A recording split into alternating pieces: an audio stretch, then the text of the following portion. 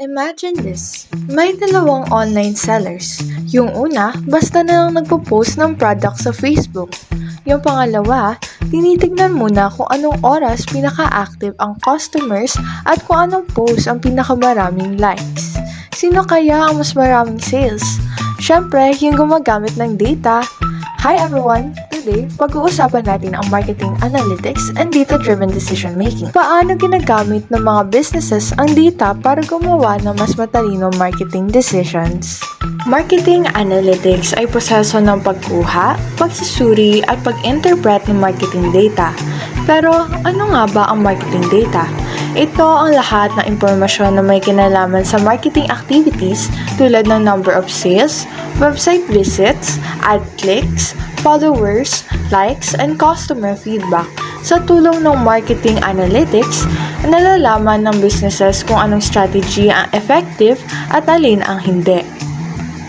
Halimbawa, makikita nila kung alin sa mga ads ang mas maraming nagdadala ng customers para doon sila mag-focus. Ito ay paraan para makagawa ng mas matalinong decision based sa facts, hindi sa hula. Data-driven decision making ay ang paggawa ng decision gamit ang totoong data. Ibig sabihin, ginagamit ng businesses ang mga measurable results tulad ng sales report, engagement rate, at survey feedback bago gumawa ng decision. Sa ganitong paraan, mas maiiwasan ang pagkakamali at mas mataas ang chance ng success dahil based ito sa actual results, hindi sa opinion.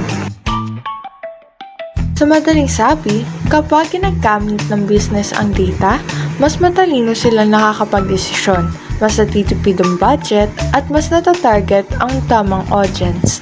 That's what makes marketing more effective and successful. Ang trends ay mga uso o epektibong strategies sa marketing ngayon, habang ang opportunities ay mga pagkakataon na magamit ang mga trends na iyon para mag-grow ang business. Halimbawa, kung uso ang short-form videos, iyon ay opportunity para sa mga brands na magpakilala at makakuha ng bagong audience. AI at machine learning ay ginagamit ng mga businesses para mabilis mag-analyze ng data at mag-predict ng customer behavior. Halimbawa, ginagamit ito ng mga online stores para mag-recommend ng products o gumawa ng automated ads. Nakakatulong ito para mas maging efficient and personalize ang marketing. Pero, syempre, habang nagbabago ang panahon, kasabay din nitong nag-iiba ang mga trends sa marketing. Kaya, mahalagang alam ng businesses kung ano ang uso at kung saan may opportunity para mag-grow. Ano nga ba ang trends and opportunities? Ang personalization at scale ay ang kakayahan ng business na mag-adjust ng marketing content para sa bawat customer, kahit sabay-sabay silang marami. Halimbawa, kagaya ng Netflix na nagbibigay ng iba't ibang movie suggestions sa bawat users, ganoon din ang mga businesses. Kaya nila magpadala ng personalized ads o promos based sa interest ng bawat customer. Ang omnichannel integration ay yung pag-uugnay ng lahat ng marketing platforms tulad ng social media, website, email at physical store.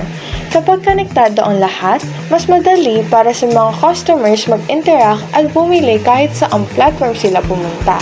Ito ay nagbibigay ng smooth at consistent customer experience. In the end, marketing analytics and data-driven decision-making helps businesses grow smarter.